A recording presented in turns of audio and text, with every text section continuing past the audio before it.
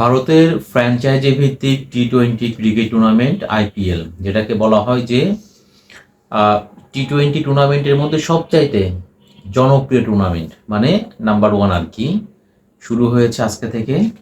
তো এই আইপিএলে মোটামুটি ধরেন পাকিস্তানকে যদি আমরা বাদ দিই, তাহলে পারে প্রসিদ্ধ যে দেশগুলো আছে সবগুলা দেশেরই ক্রিকেটার তারা এই টুর্নামেন্টটায় খেলার সুযোগ পায় বা তাদেরকে নেওয়া হয়।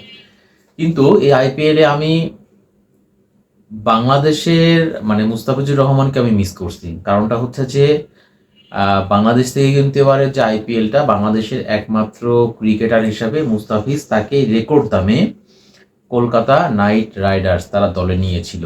কিন্তু শেষ পর্যন্ত আসলে মুস্তাফিজুর রহমানের আইপিএলটা খেলা হচ্ছে না, এবং এক্ষেত্রে কিন্তু বাংলাদেশ ক্রিকেট বোর্ড যে তাকে এনওসি দেয়নি এরকম না, আবার মুস্তাফিজের শারীরিক অসুস্থতা বা অন্য কোনো কারণে আইপিএল খেলতে যায়নি বা খেলবে না এরকমটাও না।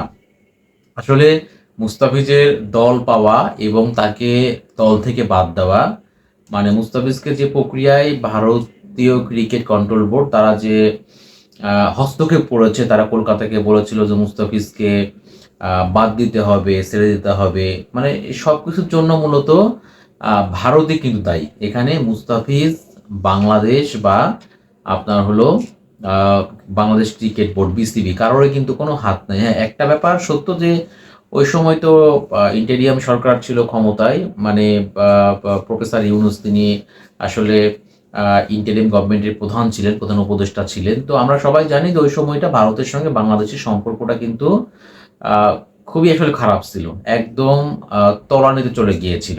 বাট রাজনৈতিক সম্পর্কের সঙ্গে আমরা সবসময় একটা কথা বলে থাকি যে খেলাধুলাকে কখনোই মেলানোর কোনো সুযোগ কিন্তু নাই। বাট সে সময় কিন্তু সেই জিনিসটা হয়েছিল যে উগ্রবাদীদের হুমকির কারণে মুস্তাফিজুর রহমানকে শেষ পর্যন্ত মানে আইপিএল থেকে বাদ দিতেই হলো আর কি। এবং এরই প্রতিক্রিয়া আপনারা সবাই দেখেছেন যে বাংলাদেশ সরকার ওই ইনস্ট্যান্ট তখন সিদ্ধান্ত নিয়েছিল যে বাংলাদেশে আইপিএল এর কোনো সম্প্রচার বা আইপিএল এ খেলা দেখানো হবে না। তারপরে ওই মুস্তাফিজকে বাদ দেওয়ার কারণে তো বাংলাদেশ দল তারা বিশ্বকাপ খেলতে গেল না, তারা বিশ্বকাপটা আসলে অংশ নিতে পারলো না। তো আজকে থেকে আইপিএল এ শুরু হলো। এখন আইপিএল এর মতো এত বড়, এত জনপ্রিয় ফ্র্যাঞ্চাইজি ভিত্তিক একটা টি-20 টুর্নামেন্ট, যে টুর্নামেন্ট দেখার জন্য আমি তো বলবো যে সবাই কিন্তু মুখিয়ে থাকে আইপিএল দেখার জন্য। আইপিএল নিজেকে একটা অন্য লেভেলে পৌঁছে দিয়েছে। তো প্রথম কথা হচ্ছে যে বাংলাদেশ থেকে, মানে বাংলাদেশের মানুষ তো প্রচন্ড ক্রিকেটকে ভালোবাসে, ক্রিকেট লাভার। তো যদি বাংলাদেশের মুস্তাফিজুর রহমান আইপিএলটা খেলতে পারতেন তাহলে পারে ভালো হতো আর কি। বাংলাদেশের মানুষ যেহেতু তাদের রক্তে বলা হয় ক্রিকেটটা মিশে গেছে, ওই জায়গা থেকে অবশ্যই আইপিএলে মুস্তাফিজ থাকলে পারে আইপিএল এর সৌন্দর্য আরো বেশি বাড়তো, এটা আমার কাছে মনে হয় আর কি।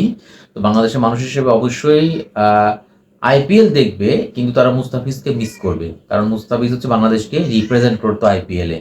আর একটা ব্যাপার হচ্ছে দেখেন, এখন যেহেতু পলিটিক্যাল গভর্নমেন্ট ক্ষমতায় আসছে, তো ইন্টারিমের সময় যে সিদ্ধান্ত নেওয়া হয়েছিল যে বাংলাদেশে আইপিএল সম্প্রচার করা হবে না, ওইটা কিন্তু আর নাই।